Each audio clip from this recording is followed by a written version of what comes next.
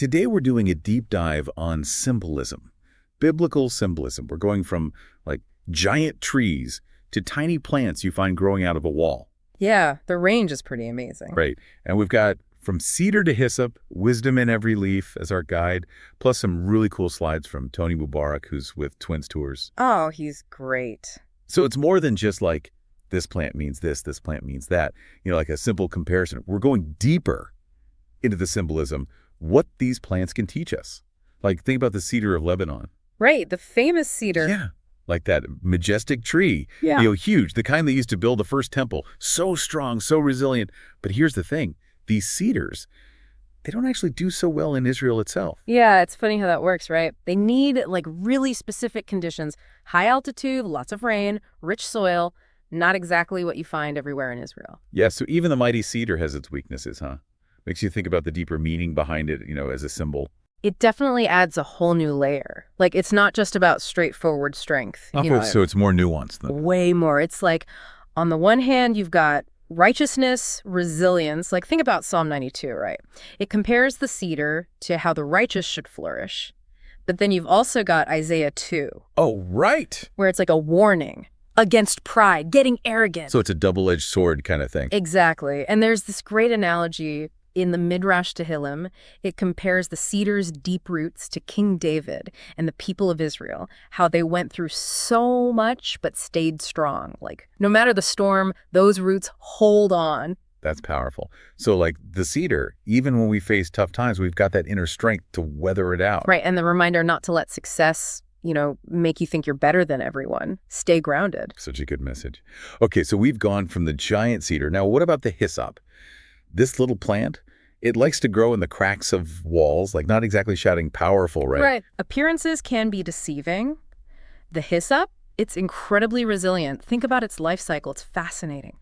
New gray leaves come out, then you have these dried seed pods from before hanging on, and get this, during the dry months, its leaves actually shrink to save water, adapting to survive. Talk about resourceful. It's like that saying, what doesn't kill you? Makes you stronger, right. But the hyssop is more than just tough. It's also useful for cooking, for medicine even. Wait, hold on. Hyssop, like, in the kitchen? Yeah.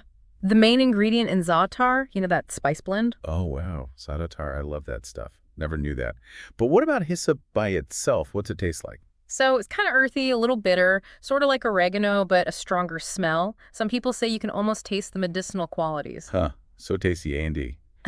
Good for you. What kind of medicine, though? Well, it's been used forever, practically. Antiviral, antibacterial, anti-inflammatory, some even say it's sterilizing. This little plant, it's quite the powerhouse. That's wild. Okay, but let's get into the symbolism. Yeah. Because it's not just about physical stuff, right? Oh, absolutely. Spiritually, the hyssop is huge. It's used in rituals, for purification, representing the clean slate spiritual renewal. The Midrash Haggadah, it has this amazing interpretation about crushing hyssop leaves and how that's like us humbling ourselves. Like crushing the ego to grow. Exactly. You have to let go of the pride to really transform. And then we can't forget Exodus 12, Right, yeah. when Moses is telling the Israelites to use hyssop to put that lamb's blood on their doorposts. Right. Passover. Right. Such a powerful image. What do you think the hyssop represents there? It's like this reminder, they're getting freedom. It's this huge moment. But they got to stay humble, embrace it without letting it go to their heads. Even in triumph, the hyssop says, stay grounded. Wow. So relevant even now. We're in this age of everyone promoting themselves, right? Yeah. The hyssop reminds us true strength is in the quiet stuff, the actions, not the bragging. And Tony Mubarak has this fun way of putting it. He uses emojis, like the modern ones. There's the cedar, that's the arrogant emoji. And the hyssop, that's the humble one. Uh-huh. Perfect analogy. So even though it's ancient, it still speaks to us today. It's timeless. That's the beauty of these stories. Speaking of which, you mentioned Tony Mubarak Twins Tours. Can you tell us a little more about that? Sure. So they're based in Israel, and they do these amazing tours. The whole idea is to really experience the Bible. Not just read it, but smell the plants, taste the fruits, see the landscape. It's like stepping into the stories. Wow, that sounds incredible. It really is. And Tony, he's a teacher there. He's so passionate about helping people connect with the Bible by actually being in the land where it all happened. So it's not just about the words, it's about the whole context. Exactly. And for people who want to go even deeper, he's also connected with Twins International Academy. Interesting. I can totally see why he uses the cedar and the hyssop, Yeah. as teaching tools. They're not just plants, they represent so much more. Right. You've got the whole spectrum of experience in them. Grand and humble, strong and vulnerable, pride and humility. And by understanding them, we can understand ourselves better. Or like a mirror, right? To see our own strengths, our own weaknesses, when we're full of ourselves, when we're humble. It's all there. It's amazing what we can learn from nature when we have someone like Tony to guide us, to help us see those connections. And for our listeners, if you want to check out more about Tony and those immersive experiences, you can go to www.twinstours.com. That's the Twins Tours website. Definitely worth a look. Okay, so back to the cedar for a second. We talked about the meaning, but I'm curious about how it actually got to Israel. If it doesn't grow well there, how did it become such a big deal in their culture? Well, the ones for the first temple, those were actually brought in from Lebanon, transported all the way, down the coast to Jerusalem. Wow, that's a journey. It must have been super important to them. Oh, absolutely. It wasn't just wood. It represented strength, grandeur. Some even saw it as divine. So even though it wasn't originally from there, it became like part of their identity. Exactly. And even though it struggles to fully grow in Israel, the significance remained. Huh. It's like a reminder that sometimes we might not be in the perfect place, but we can still grow. Right. It might be harder, but you can still thrive. That resilience is something to admire, for sure. I love that. Okay, speaking of resilience, back to our little hyssop friend. This plant is like built to survive, right? Even in the toughest places. It's truly amazing how it adapts. Like we said, shrinking those leaves in dry times. It's got this built-in survival mode. And that's how it's thrived for so long. Yeah. Doesn't need much, but it gives back so much. A real lesson in resourcefulness. Like even with little, you can still be productive, make a difference. Yeah, the hyssop is saying, hey, I might be small, but I've got a purpose. I can heal, I can cleanse, I can nourish, and I don't need the spotlight to do it. Exactly. That's such an important message. Especially now, when it's all about fame and getting attention. The hyssop reminds us it's about service, making a positive impact, living a life of meaning, quietly, humbly. And that's something we could all learn from, no matter who we are or what we do. So we've gone from the mighty cedar to the humble hyssop. And we've seen this whole range of human experience. The strength, the humility, the spiritual growth. All from these simple plants found all over Israel. And it's thanks to teachers like Tony and organizations like Twins Tours that we can really understand those symbols, bring those lessons to life, It's all about bridging the gap between the past and present, taking that ancient wisdom and understanding it now. And realizing, even after all these years, human beings were not so different. We still struggle with the same things. The pride, the humility, looking for meaning, looking for connection. And the cedar and the hyssop, they offer guidance, each in their own way. Showing us that strength comes in all forms. Resilience is key. And real growth. That often means facing our weaknesses, letting go of the ego. It's like they're whispering secrets and we just got to listen. And that's where Tony's approach is so brilliant. It's not just telling you what it means, it's letting you experience it, feeling it for yourself. Going beyond just thinking about it to actually feeling it. And that's where the real change happens. You use all your senses, sight, smell, touch, and these ancient symbols, they become real. They come alive for you. It's like unlocking a secret level of understanding, finding those truths that have been hidden all this time. So I guess the big question for our listeners is, what does crushing the hyssop mean for you?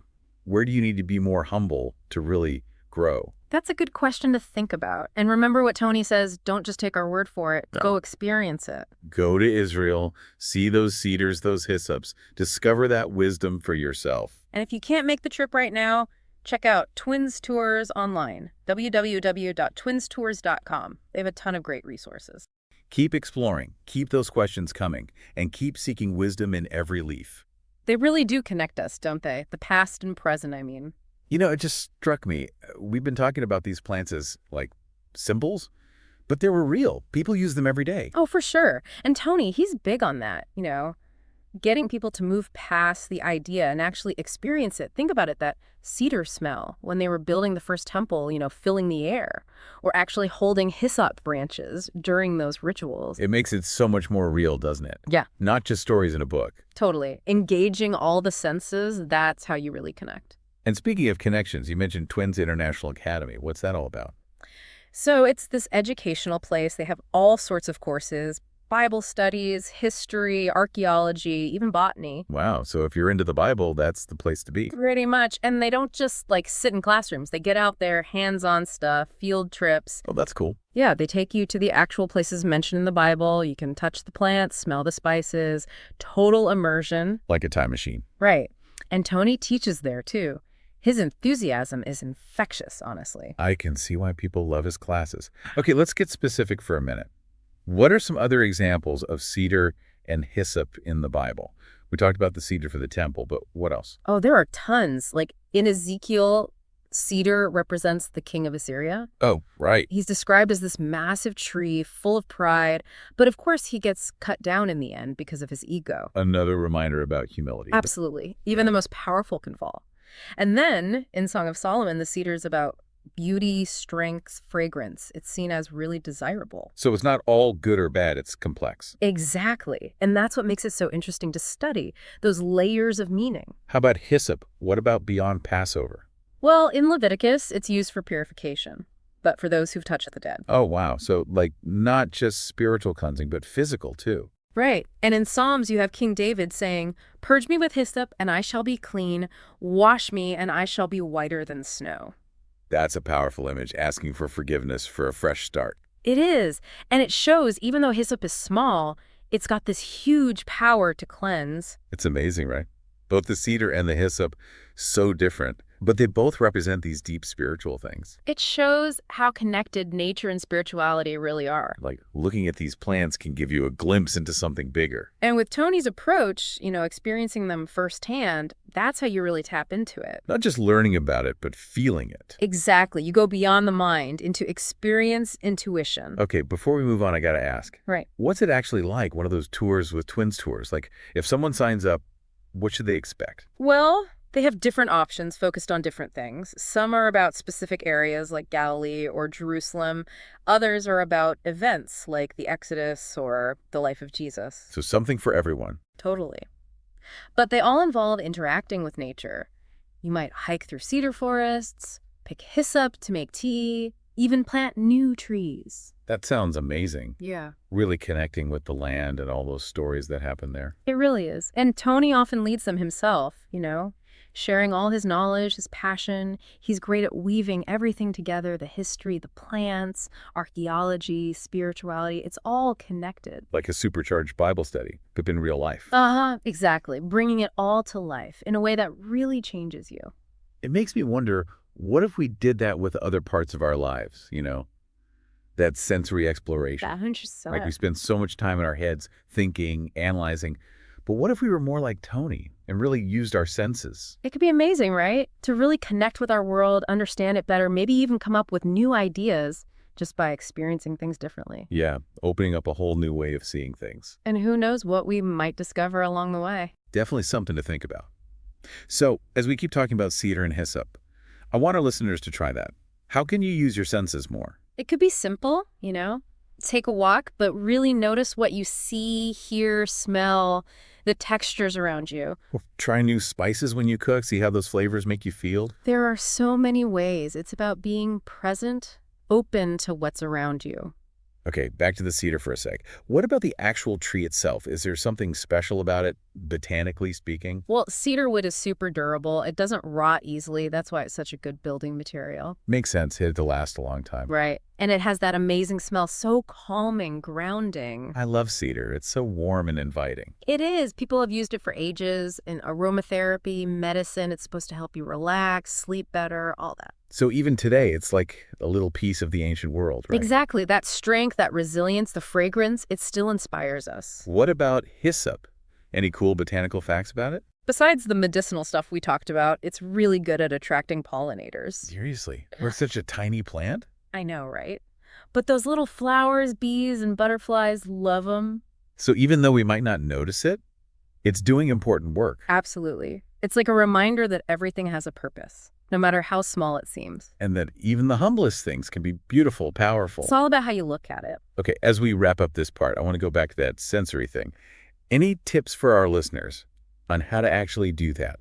Experience the cedar and hyssop with their senses. Sure. For cedar, you could try burning incense or using the essential oil, like in a diffuser. Oh, nice. Bring that cedar energy right into your home. Exactly. And for hyssop, try growing some or just get some fresh sprigs from the store. And then what? Just take time to really look at it, feel the leaves, see how the flowers are structured, crush a leaf, smell it, take it all in. It's about slowing down, noticing the little things. Right. Cultivating that awareness, that appreciation for nature. And by doing that, who knows what you'll discover? There's beauty and wisdom everywhere if we just open our eyes, our senses. They really are gateways, aren't they? To understanding ourselves, understanding the world better. They show us how much wisdom there is, even in the simplest things. And that using our senses, really using them, opens up a whole new way of seeing. It's amazing, right? Think about it. For centuries, people have been drawn to the cedar and the hyssop for their beauty, for what they represent, for what you can actually do with them. Yeah, there's something about them. It's timeless. It doesn't matter where you're from or what you believe. And that's what Tony's trying to do with Twins Tours and the Academy, bridging that gap, ancient and modern. Making those old symbols relevant for us today. Getting us out of our heads and into actually experiencing things. To actually touch the plants, smell them, feel the earth. Waking up those senses, remembering the wonder that's all around us. So as we wrap up this deep dive, what's the one thing you hope our listeners take away from this whole conversation? I think it's this. Never underestimate the power of the simple things. Like a tiny plant growing out of a crack in the wall. Exactly. Just like the hyssop, those things we might not even notice, they often have the biggest lessons. It's about being curious, approaching life with a sense of wonder. Paying attention. And being open to finding beauty, finding meaning in places you might not expect. I'll leave you with this thought. What do the cedar and the hyssop represent in your life? What are you strong at? What are you weak at? Where do you need to be tougher? Where do you need to be more humble? That's worth thinking about for sure. And hey, like Tony says, don't just take our word for it. Go see for yourself. Go to Israel. Walk among those trees, those plants. Discover that wisdom firsthand. And if you can't make the trip right now, check out Twins Tools online. www.twinstores.com. They've got a ton of stuff there. Really inspiring. Thanks for joining us on this deep dive into biblical plants. It's been a pleasure. And until next time, keep exploring, keep asking those questions, and keep seeking wisdom in every leaf. Goodbye.